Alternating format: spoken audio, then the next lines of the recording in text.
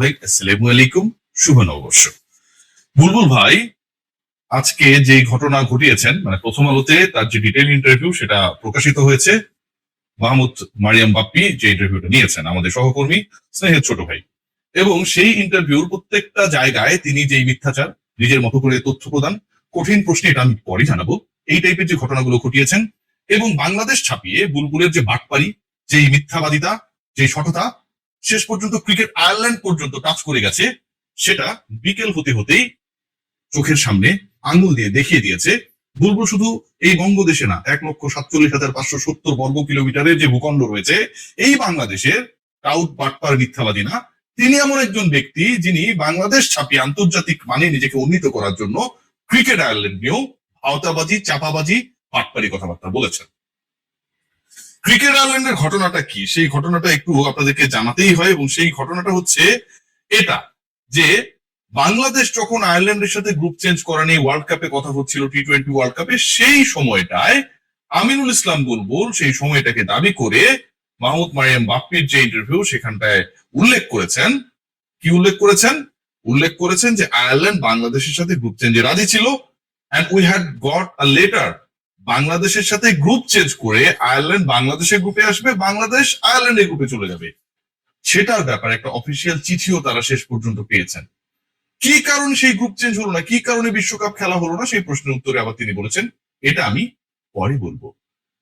পরবর্তীতে আমাদের শিহাব এ খান, তিনি ক্রিকেট 97 এর এডিটর, তিনি যোগাযোগ করেন ক্রিকেট আয়ারল্যান্ডের সাথে। আজকে বিকেল নাগাদ এই ঘটনাটা ঘটেছে, এবং ক্রিকেট আয়ারল্যান্ডের সাথে যোগাযোগ করার রেসপন্সে ক্রিকেট আয়ারল্যান্ডের মুখপাত্র হিসেবে যিনি কাজ করেছেন, সেই তিনি ক্রেগ এস ডাউন, তিনি বলছেন, unfortunately the statement is not accurate, we were never supportive of moving groups. যে স্টেটমেন্টটা আমিনুল ইসলাম বুলবুল দিয়েছেন, সেই স্টেটমেন্টটা আয়ারল্যান্ড ক্রিকেট বোর্ড নোটিস করেছে, and unfortunately the statement was not accurate, এটা Ireland cricket board, Irish cricket board আজকে জানিয়েছে। এবং আইরিশ ক্রিকেট বোর্ড শিহাব খানকে এটাও জানিয়েছে যে কোন ধরনের অ্যাক্টিভিটি, কোন ধরনের পসিবিলিটি, কোন ধরনের অফিসিয়াল অ্যাক্টিভিটি ছিল না গ্রুপ মুভিং এর ক্ষেত্রে, মানে বাংলাদেশের গ্রুপে আয়ারল্যান্ড, আয়ারল্যান্ডের গ্রুপে বাংলাদেশ। আমিনুল ইসলাম বুলবুল আজকে সারাদিন ব্যাপী যে মিথ্যাচার গুলো বলেছেন, মিথ্যা কথাগুলো বলেছেন, এবং সেগুলো সারাদিন ব্যাপী বিভিন্ন জায়গায় যেভাবে প্রচারিত হয়েছে, কার্ড আকারে, রিপোর্ট আকারে, কন্টেন্ট আকারে এসেছে নানা পদে, সেখানকার সবচেয়ে বড় যে পয়েন্টটা সেটা ছিল তিনি আন্তর্জাতিক পর্যায়ে বাংলাদেশের ক্রিকেটে, বাংলাদেশের বিশ্বকাপ খেলা নিয়ে আইরিশ ক্রিকেট বোর্ডের সাথে তিনি নেগোসিয়েশনে সফল হয়েছিলেন, সেটার অফিসিয়াল চিঠিও নাকি তারা পেয়েছে। অথচ আয়ারল্যান্ড ক্রিকেট বোর্ড বিকেল নাগাদ যোগাযোগ করার পর, যেটা আপনারা এখন দেখছেন, যেটা এই মুহূর্তে এখানটায় অনিয়ার হচ্ছে, দাবি করছে যে এরকম কোন ধরনের ঘটনা ঘটেনি। আনফর্চুনেটলি এরকম কোন ধরনের বাংলাদেশ ক্রিকেট বোর্ড এবং আইরিশ ক্রিকেট বোর্ডের মধ্যে এগ্রিমেন্ট হয় নাই, যেখানটায় গ্রুপ মুভ করা নিয়ে তারা এগ্রিড ছিল।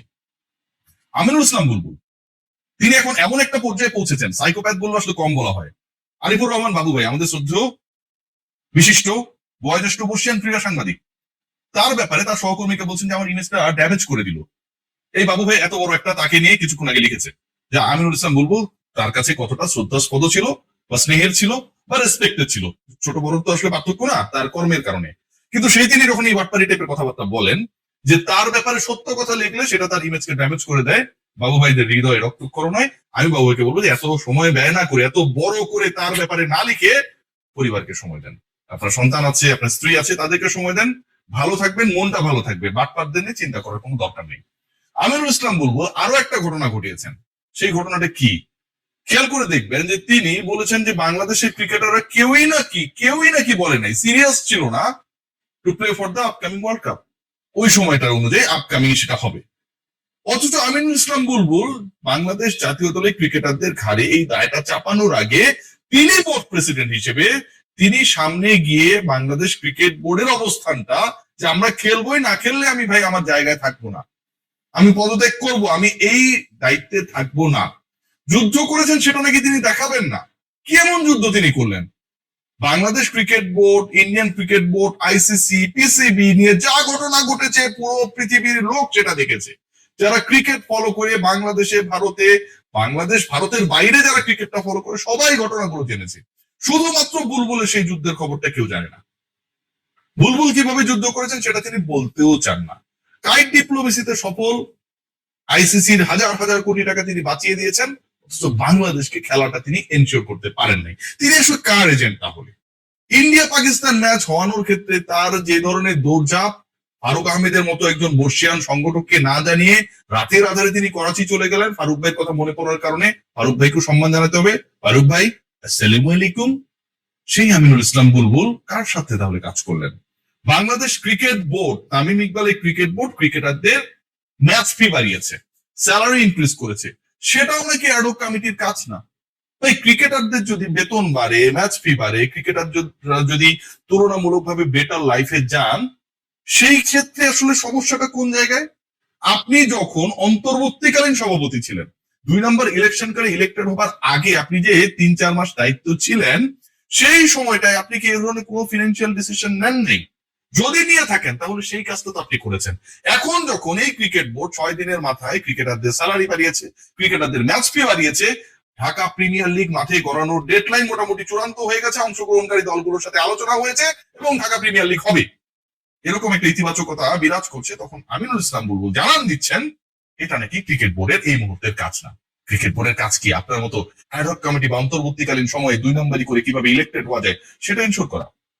আমিনুল ইসলাম বুলবুল, বাটপার বুলবুল, মিথ্যুক বুলবুল, যিনি ক্রিকেট আয়ারল্যান্ডকে নিয়েও মিথ্যা কথা বলেছেন, সেই আমিনুল ইসলাম বুলবুল তার এখান থেকে দায়িত্ব থেকে সরিয়ে দেওয়ার পর, অবৈধ সভাপতিকে সরিয়ে দেওয়ার পর বলছেন এসএসসির একটা বড় চাকরি তার জন্য রেডি ছিল, যেই তিনি আগামী 4 বছর বিনা বেতনে কাজ করার কথা বাংলাদেশ ক্রিকেটের হয়ে, সেই তিনি বাংলাদেশের ক্রিকেটের অতীত হয়ে যাওয়ার মাত্র 5-6 দিনের মধ্যেই কোন একটা জায়গায় বিশাল চাকরি ছিল, মানে বিশাল বেতন রেডি ছিল, সেটা শেষ পর্যন্ত তার জন্য হলো না। সেটা নিয়ে হাসফাস করছেন, হায়তাস করছেন। তাহলে কি ক্রিকেট বোর্ডে যতক্ষণ তিনি কাজ করেছেন কোন একটা জায়গা থেকে তার অস্ট্রেলিয়ান অ্যাকাউন্টে AUD, অস্ট্রেলিয়ান ডলার ঢুকেছিল? আমার কাছে তো মনে হয় ঢুকেছিল। না হলে হুট করে বিসিবিচ্যুত হবার পর তার এত কেন টেনশন, এত কেন ভাবনা, এত কেন চিন্তা? কারণ একটাই, জায়গা মতো লাথিটা খেয়েছেন। এরকম মিথ্যুক মানুষ বাংলাদেশের ইতিহাসে খুব কম এসেছেন। যারা এসেছেন আমার কাছে মনে হয় তারা খুব খুব বেশি আমিনুল ইসলাম বুলবুলের প্রতি জেল আছে। তার মতো এত বড় অভিনেতা তারা হতে পারলেন না। সবাই ভালো থাকবে।